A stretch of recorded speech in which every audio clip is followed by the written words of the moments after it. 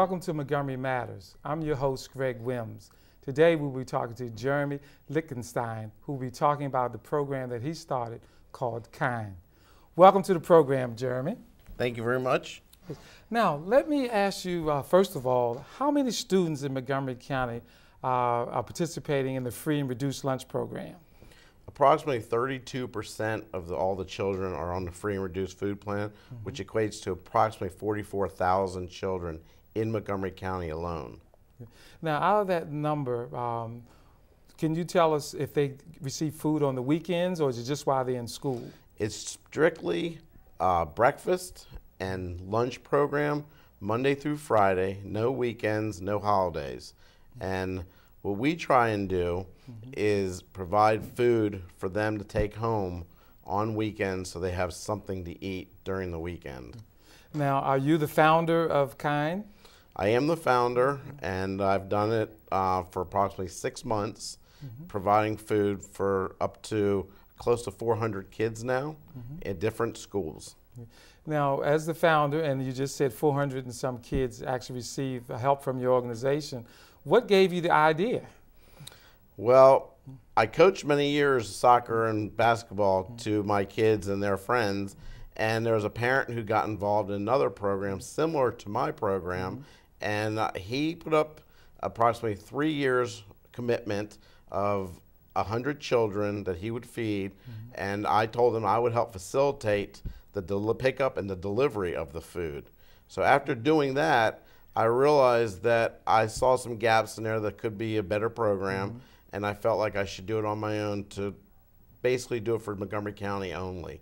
This program he's involved in is all over the country, and it's just not quite what I was hoping for in Montgomery County. So I started my own program and started my own schools, and this was our first year. Okay.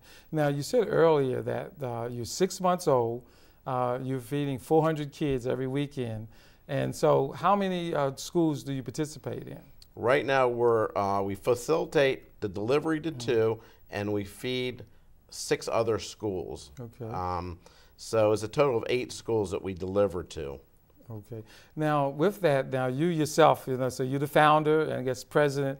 Do you deliver all the food yourself to the schools, or do you have help or volunteers? Well, I started out delivering all the food in my pickup. Well, actually, in my SUV, and realized that I had made too many trips. So I borrowed a friend of mine's pickup truck, and then I realized I was still making too many trips. So I coordinated a group of friends that would get borrowed vans and trucks, and we meet up at Walmart in Germantown every 6 weeks and fill up our vans and trucks and deliver it to the 8 schools. So we only make deliveries every 6 weeks, but we'll do all 8 schools in one day. Okay. Now, you mentioned that you go to the Walmart, which is in Upper Montgomery County, Germantown.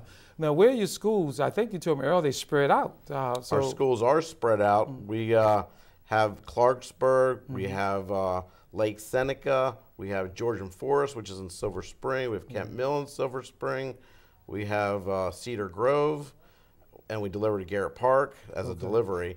And so we're really spread out, but you know, we need to feed the kids, and they're all over the county, so that's what we do.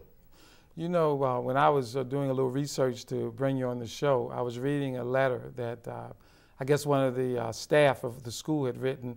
I can't memorize the whole letter, but could you tell us a little bit about basically what the teacher was saying about one of the students, I believe? Well, basically, the letter was just stating that these kids, once they get on the program, really rely on the program. They just feel so indebted to us to have the food, and when they think the food's going to be ripped out from underneath of them, they get very nervous. So they start getting clingy to the counselors and the teachers, wondering if they're going to get the food.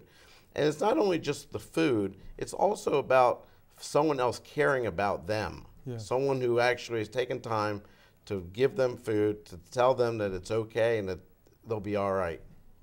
Now, with that, and I'm just thinking here as I talk to you, there are some 44,000 students that need this kind of help daily when they go to school. So, but out in your program, you're feeding 400.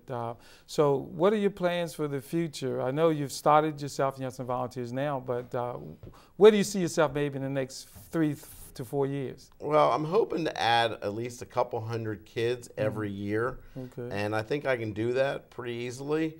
And then my goal is really to get up to, in the next 2 or 3 years, to get up to close to 1,000 to 1,500 schools.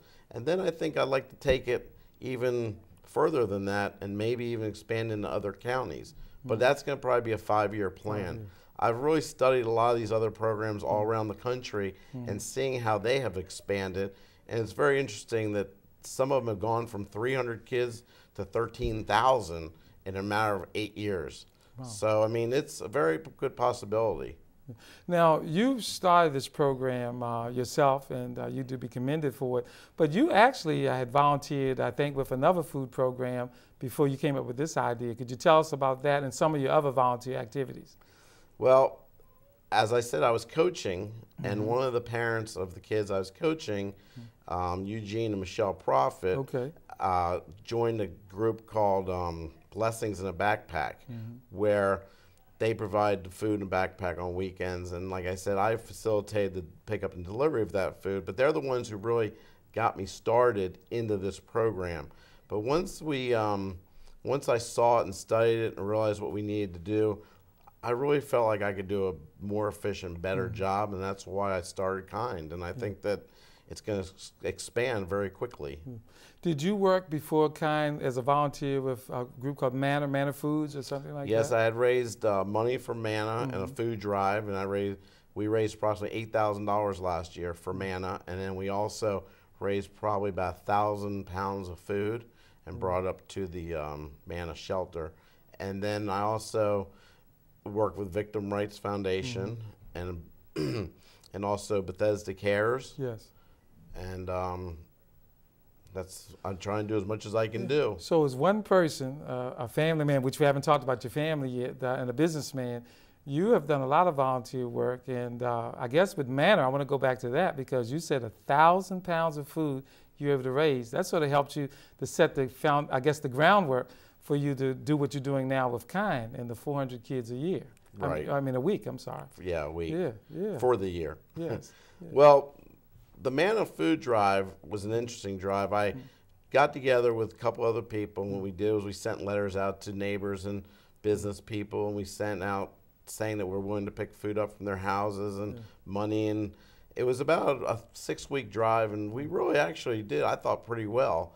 And then we went up to Manna, and with the kids and everything, we started packing boxes for them, and it was a great experience for both myself and my kids. So what that does for you then is to help you now with Kind and the volunteers that you have. So as of today, 6 months later, how many volunteers do you have working with you at Kind? I have 5. 5, okay. And fortunately, I sort of selected my volunteers if they had the ability to get a hold of a pickup truck or a van, because I need that to help make the deliveries. And the way it works is I go up to Walmart and I call ahead about a week ahead, and I talk to Walmart, the supermarket manager, and I tell him what I need for each school, and he just does such a great job. He has each school put on a pallet for me, so when I get to Walmart, it's already, all the schools are on a pallet, a separate pallet, and then when we get there, we go down to the loading dock, and then they have a forklift, and they load up the pallets on each truck. So each truck will take two schools worth, and then we pay for it, and we just run it through the register very quickly. So I can be in and out of Walmart with 8 schools probably in about a half hour, which is extremely efficient. You and your volunteers, so you can do that.